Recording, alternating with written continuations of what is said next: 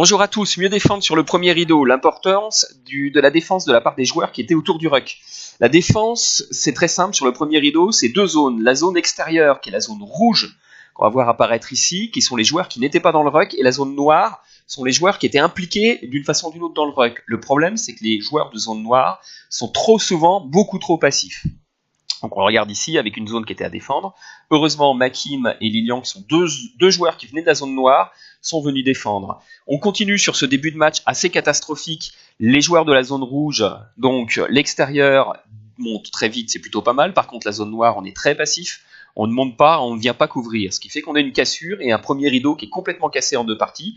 Signification, retour intérieur pour les joueurs adverses. C'est le truc qu'ils vont nous faire absolument à chaque fois. Et ils ont bien raison, puisque la zone noire est fragile. Ici encore, zone rouge et zone noire sont bien en place, sauf que c'est la zone noire qui va être fragilisée, parce qu'on est un peu passif, donc les joueurs adverses attaquent la zone noire. Voilà.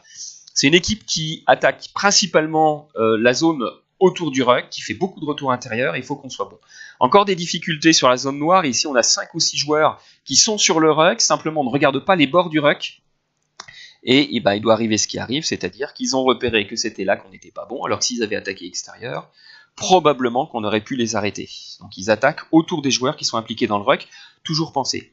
Ce problème-là, on le rencontre aussi derrière les mêlées parfois, avec ici une montée un petit peu audacieuse de Génor, qui est hors jeu certes, mais qui appelle le reste. Le 10 et le 12 ne montent pas, alors ça fait une cassure, c'est-à-dire qu'on a la zone rouge, joueurs extérieurs qui sont très, très hauts, et la zone noire, des joueurs qui ne sont pas montés. Et le problème, c'est que ça veut dire que les 3 joueurs avec Génor sont obligés de rester au milieu du terrain, ils ne peuvent pas glisser parce qu'à l'intérieur, il n'y a personne qui couvre.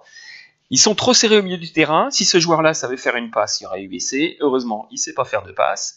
Il va donc repiquer intérieur là où il y a des joueurs pour défendre.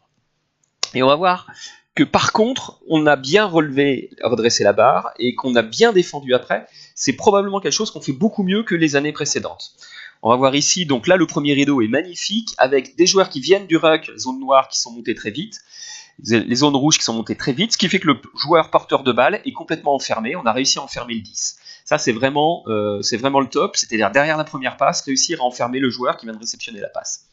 Même scénario ici, les joueurs de zone noire montent, sont très actifs, les joueurs de zone rouge sont un petit peu plus passifs, par contre on vient bien refermer, et une fois de plus, on a un joueur qui est en position de 10, qui ne va pas pouvoir délivrer le ballon, et ça c'est vraiment intéressant contre des équipes comme ça qui ont des bons 3/4, il faut qu'on arrive à fermer. Donc des joueurs qui sont toujours très actifs, on va voir que derrière c'est encore ça, là le rideau est magnifique, ça monte de tous les côtés, la zone noire ferme derrière le premier joueur, la zone rouge ferme derrière le deuxième, c'est celui-là qu'on va réussir à bloquer.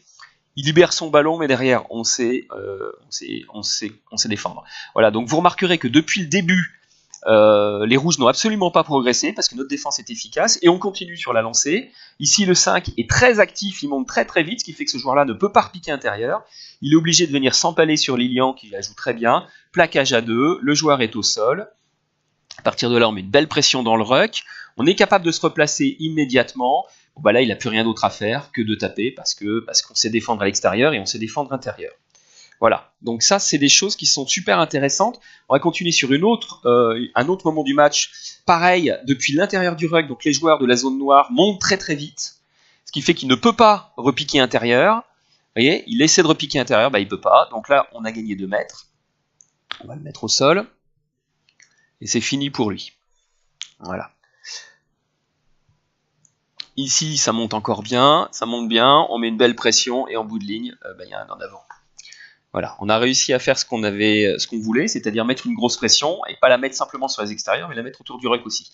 Encore un exemple ici, où alors ça c'est super intéressant, c'est-à-dire que les joueurs qui viennent du ruck, c'est extérieur, mais c'est aussi intérieur. Regardez, ici on a le 10, qui monte bien de l'autre côté du ruck, et qui va être capable d'arrêter. Là, il pourrait y avoir un peu plus de pression, et dès qu'on commence à mettre de la pression en face, voilà, on est capable de monter. On aurait pu mettre encore un peu plus de pression, mais toujours penser autour du ruck, attaquer les deux. Et puis il y a une dernière chose qui est super intéressante, c'est qu'on voit qu'on va être capable, nous, d'attaquer cette zone, qui est une zone autour des rucks qui est un peu passive. C'est normal, les équipes adverses se mettent en fait à se redéployer très très vite autour du ruck, ce qui fait que ils sont pas toujours bons sur le ruck. Donc là, on crée un ruck, derrière, Génor a repéré qu'il y avait une zone qui était vraiment mal couverte juste à côté du ruck, on prend le ballon et on va exploiter cette zone-là. Ça c'est un jeu, si on avait libéré très vite, il y avait encore un coup à jouer. malheureusement, on n'a pas réussi à libérer très vite. Et ça, c'est un jeu qui commence à être de plus en plus rentable. C'est-à-dire, quand vous étiez en M14, il y avait beaucoup de joueurs autour de la zone de ruck, et c'était une zone qui était très très bien défendue. Et aujourd'hui, on a des équipes adverses qui se redéploient très très vite sur les extérieurs, au risque parfois d'être de mauvais défenseurs intérieurs. On a un autre exemple, un dernier. C'est sur cette phase de jeu là, donc là c'est très très lent, vous voyez qu'on va très lentement au sol, donc les joueurs rouges sont très très bien en place, toute l'équipe elle est grand côté, donc on va voir que les joueurs rouges extérieurs vont monter très très vite, par contre les joueurs rouges qui sont autour de la zone de ruck ne vont pas monter, ils restent complètement passifs, ils attendent que le jeu se déploie, et ce qui fait que c'est super intéressant d'aller repiquer intérieur et d'aller attaquer ces joueurs qui sont complètement passifs.